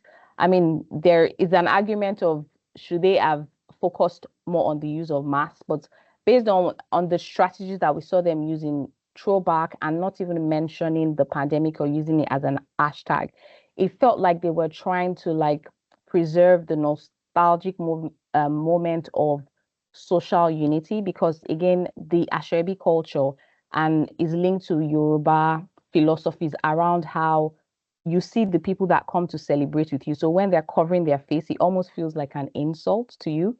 So there was that cultural respect of the blog, presenting the culture and preserving it in like in its natural form, because it's connected to like underlying philosophies of how people should relate with each other without covering their faces. I think another important element that I found, and when I look at like I look at Asoebi studies, is that uncovered faces are like a really key part of the Asoebi culture, and that's because makeup has become a really huge part of it now. As the culture has evolved, it's gone beyond just clothing, but it's gone to especially women making up and looking good just to turn up at this event. And then something that I think that Famida also showed was masks from different parts of Africa, like the Ghanaian Kente mask. And that's something that we saw in the posts that featured the masks. They were usually people wearing masks matching their outfits. I'll show examples in the next page. And just to conclude that, what we found in our research was that there's an interesting link between culture, digital technology, like social media platforms, and also how we negotiate how they're presented during uncertain times like the pandemic, and also how masks can mean different things in different cultures. Because again, what our research found out was some people were reluctant to wear masks at that point in time based on all the secondary research we read. But if it had been interpreted and communicated from a cultural perspective, where the government had marketed it from a cultural perspective, it probably would have had more chance for people to pick it up as part of their culture. So sewing it in like fabrics and textiles that people were used to from the beginning might have been something that would have picked up across Africa. So that's the summary of our research. And if you have any questions for us, we're really happy to hear what you have to say. Thank you. Oh, thank you. That's fascinating. There's so much to delve into there. It's a wonderful article as well. So I really encourage everyone to read that. So yes, just to summarize, we will have a time for discussion at the end of this session in a half hour or so. Unfortunately, another author wasn't able to be here today. Ruth Epochi Olisi is born in Lagos, and she wrote an article, Reimagining Fashion, Aesthetics and the Function of the Face Mask in Nigeria, that I encourage everyone to have a look at and read. Really, really fascinating, the practices that went on, just following on from what Morolake was saying. So the next presentation is by Bryony Whittingham. She holds a distinction MSc International Fashion Marketing from Manchester Fashion Institute. She's currently working as a social and digital marketing executive for a beauty brand. Her background in fashion design and technology has given her a strong foundation in the conception and creation of garments, which has progressed into a passion for marketing and social media. I was lucky enough to be her MSc supervisor, and her work was just exceptional. And so I invited her to be a co-author with myself in the special issue, which was a real honor for me to work with her. And I'm so pleased to have her present our paper today. Our paper's called The Post-COVID UK High Street, a case study of the unique use of experiential marketing by charity shops. And I just want to make sure, there you are, Bryony. Lovely to see you today. Thank you for joining us. It's such a pleasure. So I'm going to go ahead and share the slides, but you're going to deliver our content, aren't you? So we'll probably be in sync in terms of when we move the slide along, but let me know if anything's changed since we practiced it. Okay, just share my screen. Well, good morning or afternoon, I guess, depending on where you are. Thank you, obviously, to Elizabeth for giving me this opportunity. It's not something I'd ever imagined, becoming a published author, especially alongside such brilliant academics like everyone that's presented so far and those to come. But it is an absolute honour to be amongst you. So without further ado, it's an adaptation of my master's final kind of major project that Elizabeth and I have been working on. The article examines the post-COVID UK high street through a case study of charity retail in Withington, Manchester, which is the town in the northwest of England. It has been said that the British high street is in decline, and this narrative speaks to the idea that the high streets are now overrun with charity shops. But what if charity shops are not a sign of decline, but rather prototypes to the future? And through primary research conducted in a charity shop in Withington, this study argues that charity shops are executing experiential marketing in a well-known format that has long been discredited until the pandemic. Next slide, thank you. In the UK, the term high street refers to the main commercial shopping area in a town or city, typically made up of traditional community-based stores alongside larger national and international retail chains. These retail districts have been under pressure for over a decade, which was only intensified by the financial crisis in 2008 and dramatically accelerated by COVID-19.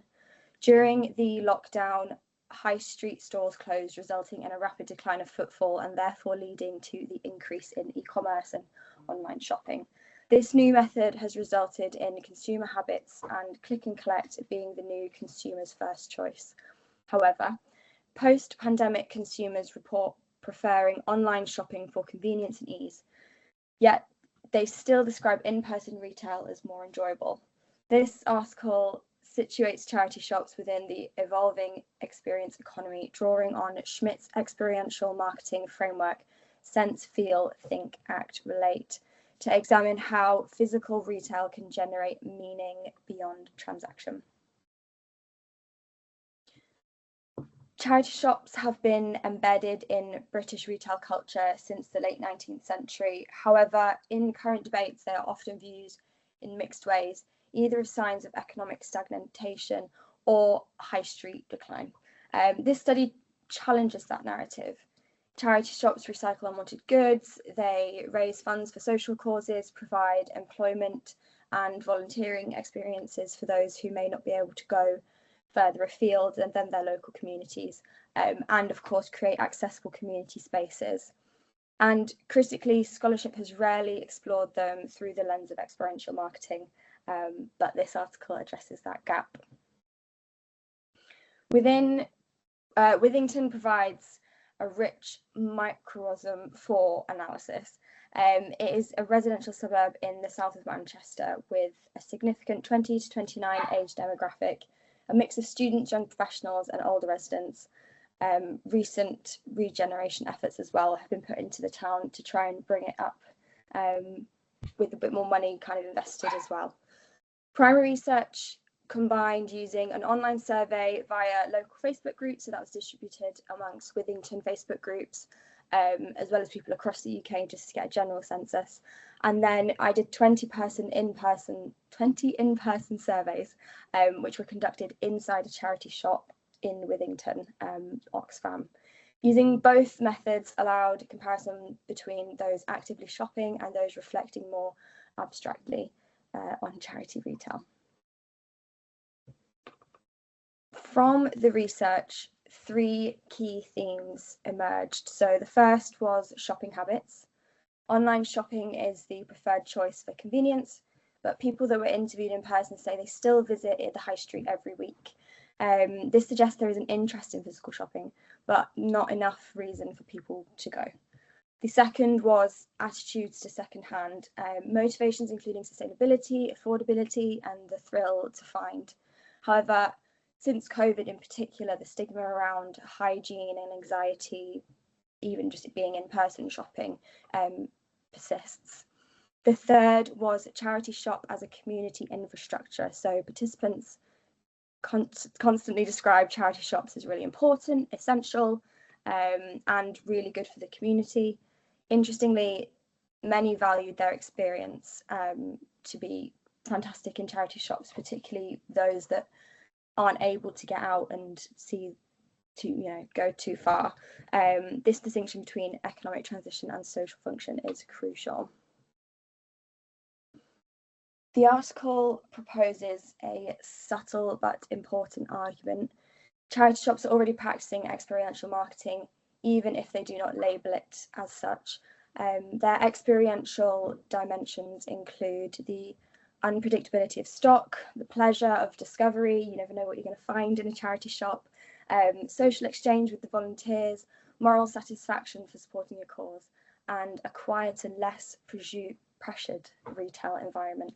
Participants were also interested in things like pop-ups, themed events, sip and sees. We see that a lot now, that even brands not in the luxury space, but just in general, particularly as myself being in marketing, we see that that's what brands are kind of aiming towards. They're aiming to create that sense of community, which charity shops have been doing for years. These low cost but high impact experiential strategies aligned with non-profit budgets. The study therefore suggests that charity retail demonstrates a transferable model, one that luxury brands might learn from. Instead of seeing charity shops as a sign of economic decline, the article presents them as stable anchors within local shopping areas. After the pandemic, with more isolation, financial stress, and resilience on digital spaces, community-based retail has become increasingly important. Experiences have become more meaningful to consumers, and as a result of the prolonged isolation which COVID has created. The article concludes that charity shops may represent the future of the British High Street. Experiential marketing is not a luxury tactic, but a structural necessity for brands to be able to continue growing. And further research is urgently needed into the charity sector and its role within retail transformation. I would like to close with the 3 provocations. If innovation is defined only in technological terms, we overlook the quieter forms of adaptation already taking place on our high streets. If community is key to retail survival, how can it be built without being commercialized? And finally, is experiential marketing the most powerful when it is visibly not marketing at all? Thank you, and I look forward to our discussion. Thank you so much, Bryony. Really, really, really interesting. It's so great to be working with you on that. Look forward to the discussion. Our next expert is Dr. Anna Zanola, and she will be speaking on the long-term impact of the pandemic on Italian fashion customers in the perception of industry professionals, which is a qualitative study. Dr. Anna Zanola is the School and Education Director of Istituto Marangoni Riyadh in Saudi Arabia. Her research activities are mainly devoted to consumer behaviors and research methods. She has published over 10 books focusing on the analysis of consumer attitudes and behaviors. And we're very lucky to have her here today. Thank you so much, Anna. Over to you. Thank you so much, Elizabeth, and good evening to everyone. I share my screen so we can see the presentation, I hope. Thank you. Great. Okay, as Elizabeth said, the focus is on the Italian framework, and the goal was understand the long-term impact of the pandemic on the Italian customer. I used a qualitative methodology and I conducted 15 in-depth interviews with professionals. So it's the point of view of professional working in the fashion system in different fields like manufacturing, retail, design, marketing, communication, and so on. I made personally the interview and then I analyzed the data through thematic analysis in order to identify the recurring theme and insight. And additionally, I use some secondary data from a report on the Italian consumption. So the main finding was basically two. The first one is that because of the pandemic in Italy, we had a loungewear era. So what means that Italian customers that probably you know are kind of elegant, started to prioritize comfort and practicality in the clothing choices. This could be obvious for other countries, but for Italian it was something huge because usually for Italian customer the first thing is elegance. It's important to be elegant, to let's say dress up, and if you are not comfortable, this is up to you. With the pandemic, something changed and the customers start adopting in the everyday life like hoodies or sneaker or t-shirt. And this is a big change for the customer. Of course, this shift does not indicate a loss of enjoyment in dressing well, but that the customer in Italy balance the pleasure with the comfort. So the elegance with a more relaxed style. And this is something that is engage both men and women and different age segment, from the young of Gen Z to the oldest of the boom generation. This is the first point. The second point is about sustainability. Sustainability became an important topic because of the pandemic. The customer start seeing that the planet had a problem and they start studying about sustainability. And when I talk about sustainability for Italian, I'm mentioning environmental sustainability. What happened? That it changed a bit the behavior. So there was a shift for long-lasting clothes, for timeless garment, and there was the boom of second-hand and vintage. I am currently in Milano, and if you know the city, you know that there are now a lot of second-hand and vintage store all around the city. And this was huge, first of all, among the Gen Z.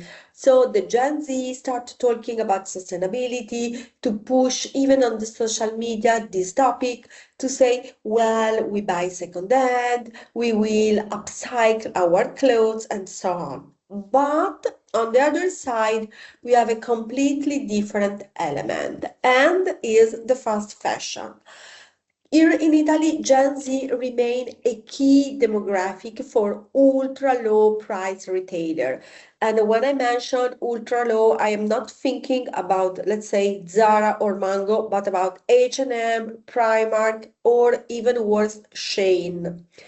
And it sounds a bit like a contradiction because on one side, that generation starting with the pandemic said, okay, for us, sustainability is the more important thing. And on the other side, this generation buy 4 dresses, more or less the same dress, just with different color at Shein. So what is the hypothesis of the study? Is that the young customers that are now entering the workforce currently lack the purchasing power to afford a fully sustainable wardrobe. So they buy some pieces that are really sustainable, but because sustainability is more expensive, for the trendy stuff they buy Shein, Primark, or anyway ultra low price retailer. And in the future, hopefully, they will switch to a fully sustainable wardrobe. These are the two main topics of the study. Of course, there are some other points, and what I would like to do is a quantitative research in order to test this topic after a while and to see how it is spread in the Italian population. But this is the next step to be. Thank you so much. Oh, thank you so much. It's so interesting. I've been quoting your paper in lots of conversations. So really look forward to the conversation when we get to the discussion. Next, we have a fascinating article from Dr. Hannah Harry and Estelle Woolley, Pandemic Nature Masks, a photo essay exploring artist Estelle Woolley's self-portraiture of foraged face masks created during lockdown in 2020. Dr. Hannah Harry is a writer, artist, and researcher based in Chester, UK. Her work focuses on portraiture and the human figure. She currently works as a professional services officer at the University of Chester. Estelle Woolley is an artist based in the northwest of England who is drawn to found objects. She has a deep-rooted affinity with the countryside and its resources. Her work explores the way we interact with nature, how we intervene, react, and how nature in turn responds. And it's such a pleasure to have you both here. Thank you so much for joining us today. Please feel free to present your presentation now. Perfect. We can see that. Yeah. Yes. Okay, Excellent. Thank you. Brilliant. Go right Thanks. ahead. So I'm Hannah Harry, the author of the article, and today I'm going to talk to Estelle in a sort of informal interview structure about Estelle's work. So Estelle, do you want to start off by telling us about how you came to make the masks? Thanks, Hannah, and thanks, Elizabeth.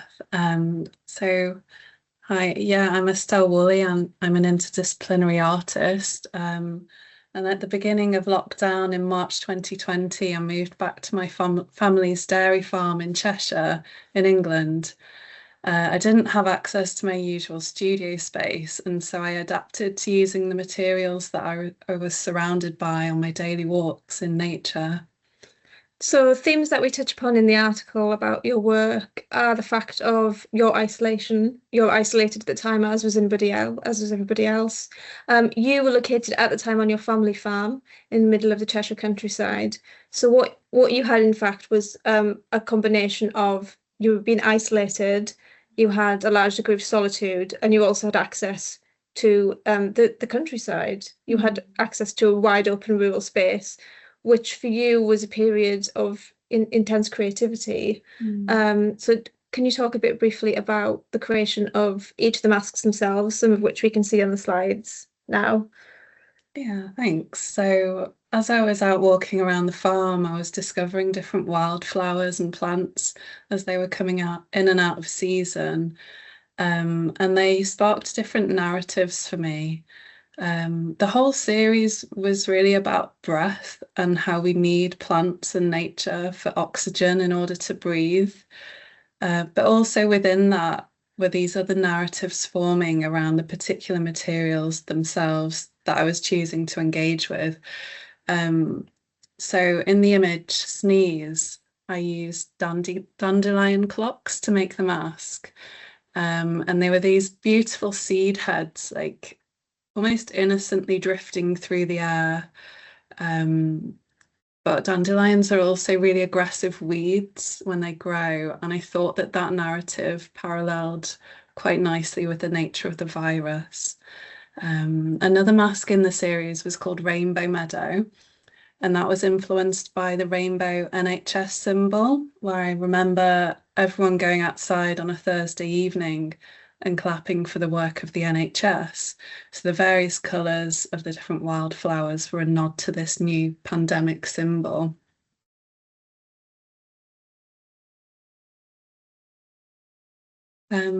another mask in the series was called Social Distance, and that was made from nettles and thistles. So those materials were referring to the consequences of touching with stinging leaves and prickly thistles at a time when we were enforced by law to be physically separated from one another. And another image uses poppies to signify remembrance, and seeing the sheer volume of deaths on the news on a global scale every day, poppies seem like an obvious choice of material to sympathise with the level of tragedy that I was seeing. Thanks. So slowing down and walking were an important part of the creative process that you wanted to make the masks. You were noticing small details as they changed from day to day and season to season, and the masks are in some ways a map of your walks around your farm at different times and different seasons, with different materials creating different meanings for you. And obviously these are, you know, pleasurable objects. These are flowers. They have an aroma, a texture, a scent. They are ephemeral. But what we see in front of us today are not the masks themselves, obviously, because these masks don't exist anymore. What we see are the photographs, which are your self-portraits. So are you able to talk a little bit now about the process of creating the photographs that we see today? Okay, thanks, Hannah. Yeah, so because the plants were ephemeral and the masks only stayed fresh for a couple of hours, I decided to document them as photographic self-portraits. And that was also a kind of record of me living through the pandemic at different stages. I photographed them all at the same time of day, which was just before fetching the cows up, to keep the lighting levels consistent across the series against a white backdrop with bare skin and a DSLR camera, so that the materials themselves were the main feature. The images then became the artworks, and I shared these to online audiences through social media channels, online exhibitions, and in publications. And the photograph became a kind of form of social connection for me. I made a lot of contacts and opportunities through sharing them. Great, thank you. So finally, just to end, the end of the article touches on the small book called A Forager's Manual, where from working in isolation, taking photographs by yourself, you moved on to collaborate with other models and the photographer Jaime Molina in 2021. So here you were expanding your project into a wider artistic network. Just to finish off, could you tell us a little bit about that? Yeah, thanks. So yeah, I worked with Jaime, who lived in Edinburgh, which meant I could, when lockdown restrictions were lifted, I travelled up to Cramond Island and Arthur's Seat, and worked with various different models that we found. So it was an expansion of the mask being on other people, the new connection that we could have with one another, and the inclusion of the sublimity of the landscape, and also me being in new places and interacting with new materials. That's great. Yeah, brilliant. Thanks. Thanks. That's us done. Oh, wonderful. Yes, I've been in touch with Estelle for years now, and I first saw your masks. I knew I wanted to. Estelle and I have known each other for years. I think I was one of your master's lecturers, wasn't I, for a short period of time? And yes, so it's so exciting to have you and Hannah working together on the article that we have in the special issue, and I'm very grateful to that work that you both have done, and look forward to the discussion we'll have in a few minutes. Thank you both so much. Thanks, Elizabeth, and thank you for the opportunity. Absolutely. Thank you for the front cover, Estelle. Oh yeah, thanks. Yeah, it's really exciting. So the final presentation is another double act with myself and my colleague Ruth Eaton. And I interviewed Ruth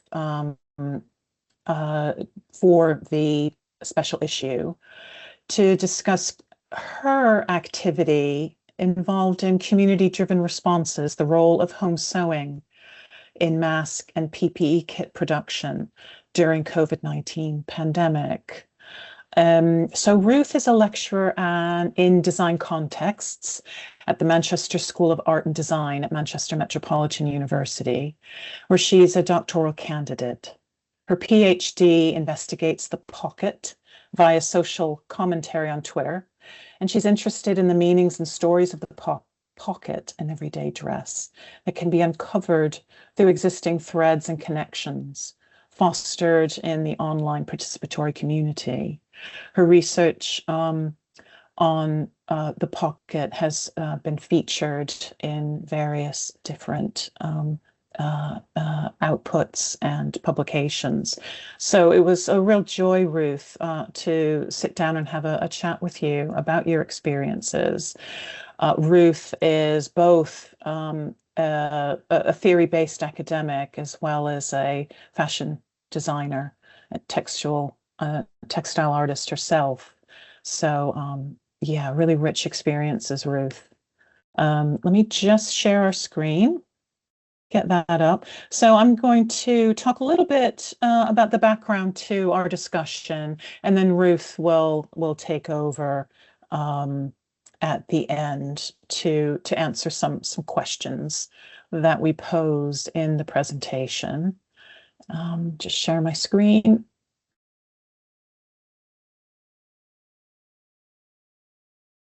So yes, hello everyone. Thanks so much for being here. This article documents a moment that many of us lived through, but have not yet really fully theorized and come to grips with, which is the rapid mobilization of domestic sewing networks during the UK's PPE shortages. This hasn't really been documented. I know that Elizabeth spoke of this in her presentation, which was great. So through an in-depth interview with fashion educator and designer Ruth Eaton, soon to be Dr. Ruth Eaton, we examine how home sewing shifted from hobby to emergency infrastructure. What emerges is not simply a story of masks and scrubs, it's a story about care, community, labor, gender, precarity, and the limits of state response. And the article asks, what happens when domestic craft becomes a frontline intervention? Ruth began sewing in April 2020 after her teaching moved online and her lecturing contract ended. Sewing returned as both economic fallback and emotional anchor for her. Her initial masks were based on Christopher Kane's downloadable kit pattern, featuring 3 fabric layers and a filter pocket, not medical grade, but as close as domestic production could approximate at that early time. And what's important here to recognize is that shift from the fashion object to protective device, from aesthetic expression as an accessory to public health intervention. So cloth moved from adornment to armor. Ruth's work expanded when she joined independent designers producing scrubs for healthcare workers. Instagram functioned as an improvised logistics platform, distributing patterns, advice, encouragement, and coordination. This was not random generosity. It was skilled, technically competent labor mobilized at speed. We see here a digitally mediated craft collective, flexible, fast, and effective. Perhaps not fast, perhaps not producing in the amounts that was needed through mass production, but it was effective, and it was operating in the vacuum of delayed central procurement by the government. The sewing community became what we might call a distributed micro-manufacturing network. Ruth describes the household as feeling thrown back in time, with her husband as a key worker and herself managing home, childcare, education, and production simultaneously. The interview foregrounds a critical tension. Sewing PPE was both civic contribution and intensified domestic labor on top of all of the rest of that domestic labor. The pandemic re-exposed the fragility of gender equality gains. Care work, home education, emotional regulation, and production overlapped in the same physical space. In this context, sewing was not nostalgic craft. It was gendered emergency labor to a large extent. A striking feature of the interview is Ruth's ambivalence. She expresses pride, but also a lingering sense that perhaps she could have done more. This emotional register matters. It reflects a broader neoliberal logic in which responsibility diffuses downward. When systems falter, individuals internalize the gap. Ruth also explicitly critiques the lack of coordinated government response. Through Ruth's experience, we can position home sewing not as heroic replacement of the state, but as evidence of systematic vulnerability. So Ruth's key takeaway is simple but profound. Community works, but it must be organized. The pandemic revealed dormant skill reservoirs within domestic spaces. Home sewers possess technical knowledge, pattern drafting, fabric behavior, garment construction that became materially consequential. The article therefore reframes craft practice as civic capacity. And now over to you, Ruth. Thanks, Elizabeth, and thank you for taking me down this reflective journey. But yeah, just to sum up then, on the interview and Elizabeth's sort of reflection as well, this piece extends several conversations. First, it challenges consumption-centered models of fashion by foregrounding the production and the repair elements. Secondly, it positions dressmaking as political practice, embedded in public health, state accountability, and collective care. And thirdly, it contributes to pandemic memory scholarship by documenting the embodied domestic labour often overlooked in many narratives. So cloth here becomes archive. And just to sort of close that, along with myself, the creative communities, this article documents the sort of ingenuity, but also the exhaustion, and records pride, as Elizabeth said, alongside that feeling of insufficiency. And the account hopefully reminds us that creativity under constraint reveals some structural truths. It also leaves us with an urgent question, that if we know communities can mobilise a skill, solidarity and speed, how might institutions learn to collaborate with rather than rely upon that labour? Thank you. Look forward to discussing further. Excellent. Thank you so much. So that is the end of all of the formal presentations. And we have 10-15 minutes for discussion. And so I will stop the recording and we can now open up to discuss